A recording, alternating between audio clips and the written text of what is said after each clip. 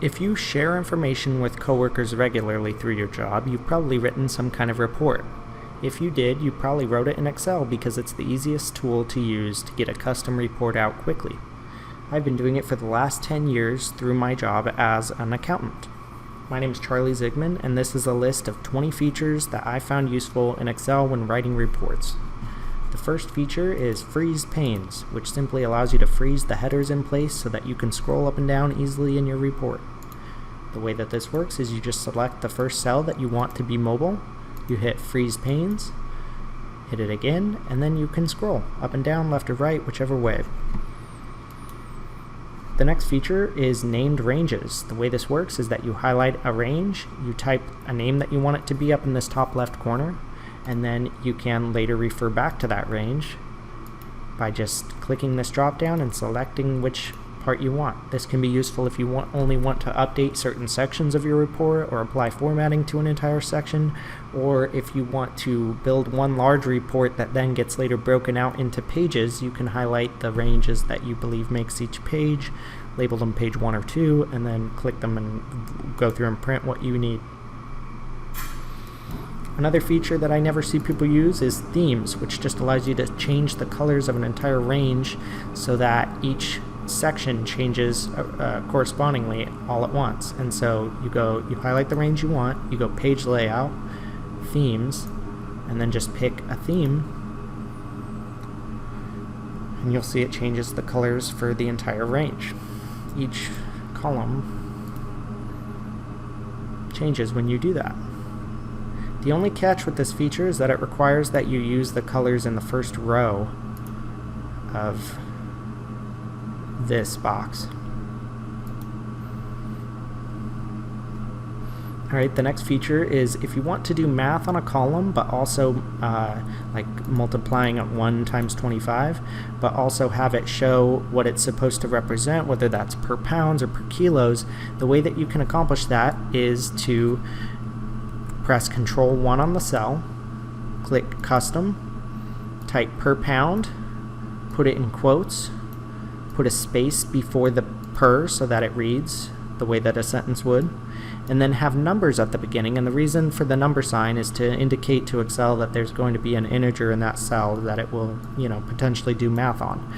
The reason you might want this is that if you were to just type 25 per pound here, it wouldn't know how to do math on that sentence because that's an entire sentence, not just an integer. And this allows you to break those two apart so that you can just have whatever number you need in there and it will do the math. And so you can see you can use pounds, kilos, whatever your math is. Alright, so the next thing is a formula called SUMIFS set that just allows you to take information from a table and then summarize it according to the categories that you set up. So we'll look at an example. Here we have a data table that has the months, it has different elements of the financial statement, and then it has amounts. We want to add up the amounts when the month matches and when the category matches. So we say our sum range is the amount, we say that the criteria range is the month, and then we say that the month needs to match January, which is in the first row. It's always going to be in the first row, so we lock that with a $sign. And then the next step is that we set up the category. In this table, the green needs to match the pink here, income. We hit enter. We can then copy that cell, go all the way down and all the way across, and you can see it works on that whole range. And as we look around, it moves relative to the cell.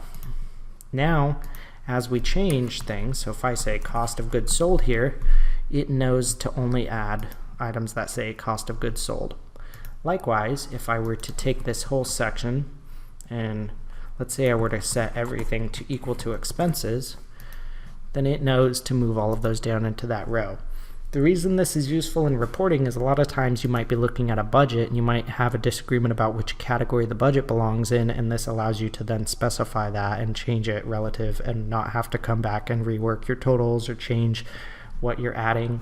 Or if you add cells down at the bottom of the table, it will capture them because it knows to reference the entire column. And so yeah, there's just a lot of little things about it, but it ends up being pretty helpful.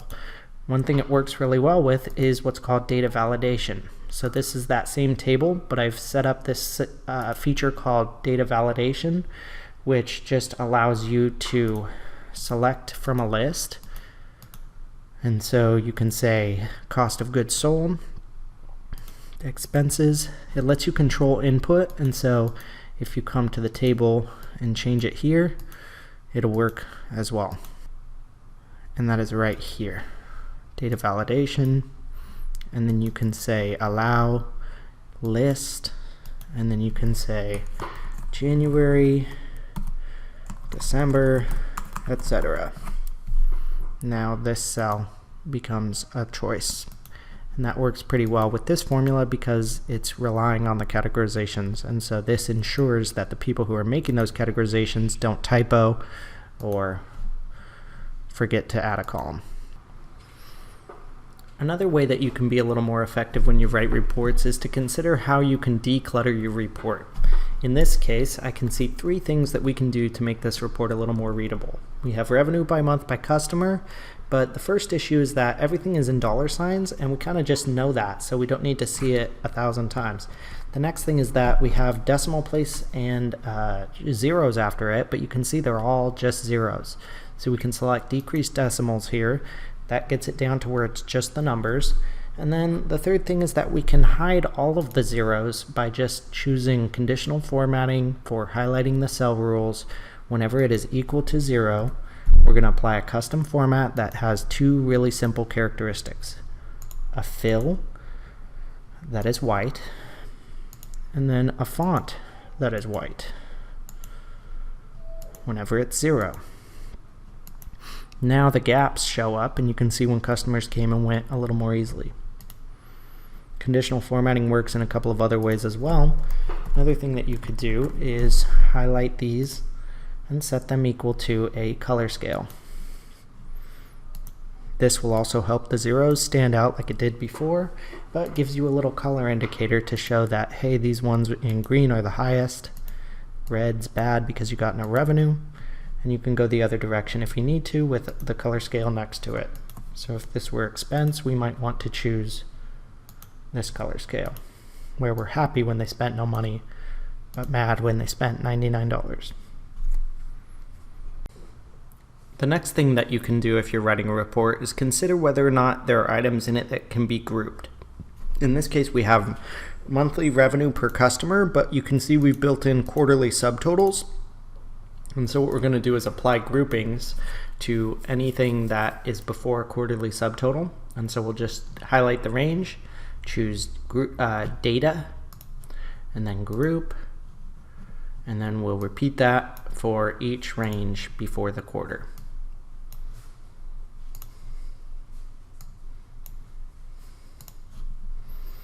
And then you can press 1 or 2 to expand or collapse the entire group at the same time.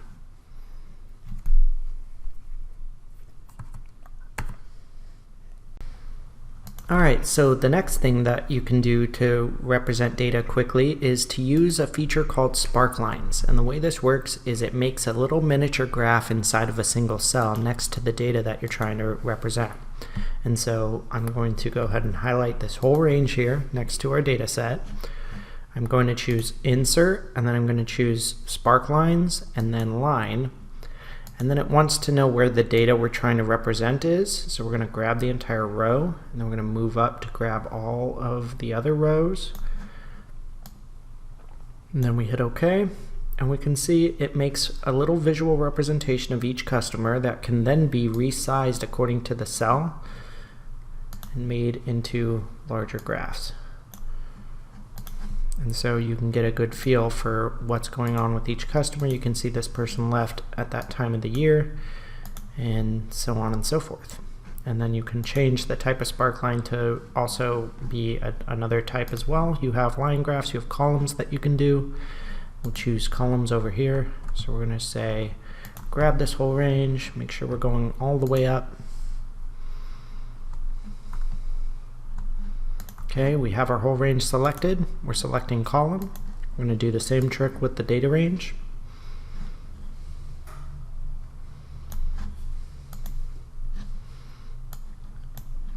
can see it's that same data, and you can kind of get a feel for which you would prefer. You can see these two, they're all showing the same thing, but you can really see it more easily in this one. And yeah, so that's Sparklines. There's some more things you can do with them, but that's the basics, and that's what it's used for. So sometimes all you really need to do to make a report more usable is just add a filter. And so what we're going to do here is choose the row, the entire first row, and then we're going to select filter. And what that does is that gives us these little check marks. And so we can then use those to sort, for example. So we can see all the customers that were largest in the first month. We might want to sort on the total in order to get the largest customers. We may want to look at just a few customers, so we're going to just deselect everything and look at customer 1 and customer 16, and that will leave the rest of our data in place but hide it so that we can focus in on what we're looking at. We can then clear filters to return back to the layout that we had before. And so yeah, it's a pretty basic one, but it can be pretty useful. Another really basic thing that you can do is just to use tables and pivot tables. I have a whole nother video on this topic, but for the moment I went ahead and took the list of counties in Alabama from Wikipedia, believe it or not. And just to demonstrate this, I'm going to go ahead and make it into a table. I just pressed Control-T and then Enter, and kind of pick a different style. And then we're going to just say table design, summarize with pivot table. Going to use an existing worksheet, put it right here, and then we can just play around with it. We can drag the population into the state, into the values. We can drag state down. You can see I included 3 states, Arizona, Alaska, and Alabama. We can then put counties in, and that organizes the data by that. And then we can sort within this table, and you can see it sorts each element. So the largest county in Arizona is Maricopa, the largest county in Alaska is Anchorage, and the largest county in Alabama is Jefferson. Alright, so that's a pretty good way to show data, but a lot of people prefer graphs, and so I did a page on graphs, and basically we took the data from the previous sheet and used a couple of different graphs to try to represent parts of it. So here we have Alabama population by county with a column graph. We have Alaskan population by county with a pie chart. We have what's called a Pareto chart of the Arizona population, and what a Pareto chart is it starts off with your largest element, and then it shows you it's a mixed chart where it has one as a column graph and the second is a line graph. And so the column graph represents each individual data point, so you can see how many people are in Maricopa or Pima, and then the line represents how many cumulative are in the elements that have been shown so far. So you can see that Maricopa represents 60% roughly of total population, and if you include within that Pima County, that then gets us up to closer to 80%. And so that's the purpose of a Pareto chart. It's there to do a mixed chart where one is each individual item and the second is the cumulative effect of the previous items that have been listed. Another example is a bar chart. And yeah, there's a lot of different charts you can do. I'm not going to go through all of them, but there's just to show that you can mix up a few different ones and to show really what a Pareto chart is, because I've really never seen anybody else but me use one. This next tip is called the watch window, and what it is it's really a tip for people who are building the data that goes into the report rather than the people who are viewing the report. But let's say that you are reporting net income for a company. So you've got all your data down here that affects net income, and then up at the top you've got the actual reporting of net income. Well, what you really care about is you want to know what's going on in cell N3, and you might have data coming from 30 places that you're going to go change as you're updating totals or as you're just working with your data. And so what you can do is you set up a watch window, and you say add watch, and then you say N3 becomes our watch window. You can see it's calculating right now that in this case we would get 578.48 total net income. We now scroll away, head on over to our data, and let's say we change it so that income jumps by 100. Well, we can see that would then lead to a change of that would then lead net income to become 625.48 for the year. And you can see whatever you change auto updates in the watch window, and you can add multiple watches in case there are multiple things that you're trying to keep an eye on. You can then take this and size it differently. If that's all you want to look at, you can size it like this. Now you've just got the one number, and as you're working with your data, it's auto updating to whatever you need. In this spreadsheet, it's not that huge of a time savings, but if you were working in 20 different places, the freeze panes wouldn't really work for you, because as you're switching through different workbooks, you would still be trying to keep an eye on this one cell. And so that can just be really useful when you're working with the actual tables that build a bigger number in a report. A lot of times when you're building a report, you're really just pulling data from one source into another, and so sometimes the easiest way to do that is with a formula called VLOOKUP. It's a vertical lookup in a table. That's what the V stands for. And so you can see in this example, we have a report like current pay rate for whatever employee that it is, and then you use data validation to pick which employee, and then these cells are set to VLOOKUP the employee name in this table, and then return the second row, which is the rate. The start date does the same thing but returns the third row. You can see both are set to change whenever the input changes. Another thing that can be useful is that sometimes Excel will give you errors in a way that you don't want it to. So here's an example where we have the same report as we just had, but we're leaving the name field blank, and then it can't find them, so it says NA, but we might not want it to say NA. We might be okay with it just being blank. And so the way that we do that without losing our existing formula is that we just wrap the entire formula in what's called IFERROR, which is just giving it a treatment for when it finds an error. And so we're just going to say IFERROR.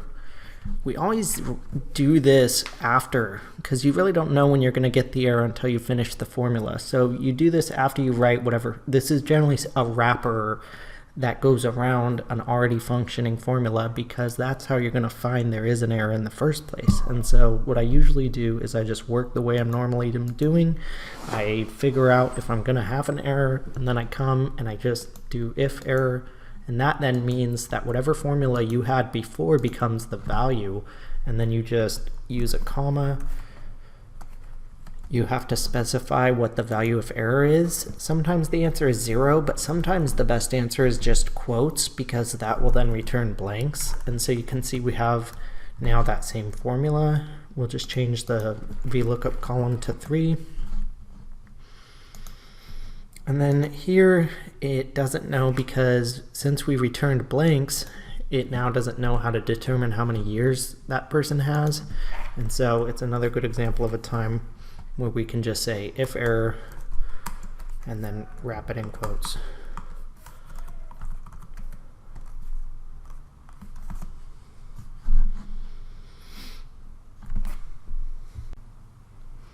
Alright, so this next feature is one of my favorites. It's used for when you want to create a sum that is dynamic. And so what I mean by that is, let's say I have a company where the revenue by month looks like this. So the first basic dynamic thing would be if I wanted to consider like 1 month, for example, it would be 100. If I want to consider 2 months, I would get 205, because I would sum the first 2 months. The way that you're able to achieve that is through a formula called offset, where you say I want to sum, and then I want to pass in a selector of an offset to a reference, where I'm saying, okay, my first month is my reference. I want to go over no rows, I want to go over no columns, but I want to grab something that is 1 unit high, so 1 row, and then the width is based on whatever number is locked in cell B15. And so that's where we get to pass in a dynamic number. And it then tells it to go over however many rows are specified in that formula. In the second example, the difference is that we're doing the same thing as above, where we might want to sum 2 months, but we may want to specify where our starting month is. So we might be starting on 1 and picking 2 like we were before, or if it were the start of the, let's say we're looking for Q2, for example. So we know we want 3 months, and we know that the starting month is going to be 4. And so Q2 is going to be 4, 5, 6. That sums out to 365, and then you can see the formula also gives 365 because I've set it up so that the adjustment for the starting month gets referenced into the offset.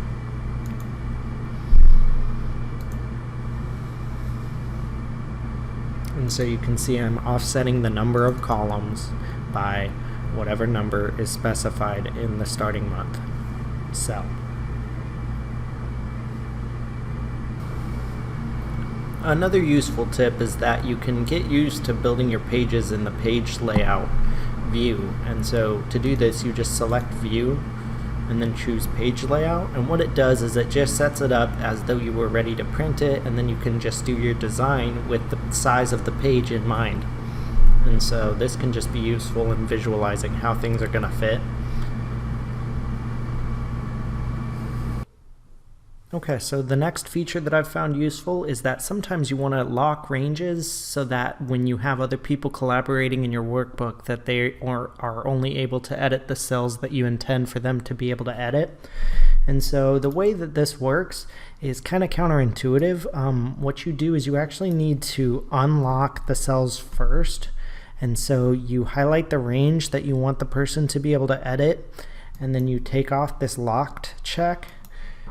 Then you protect the sheet, and you make sure to say that you want them to be able to select unlocked cells.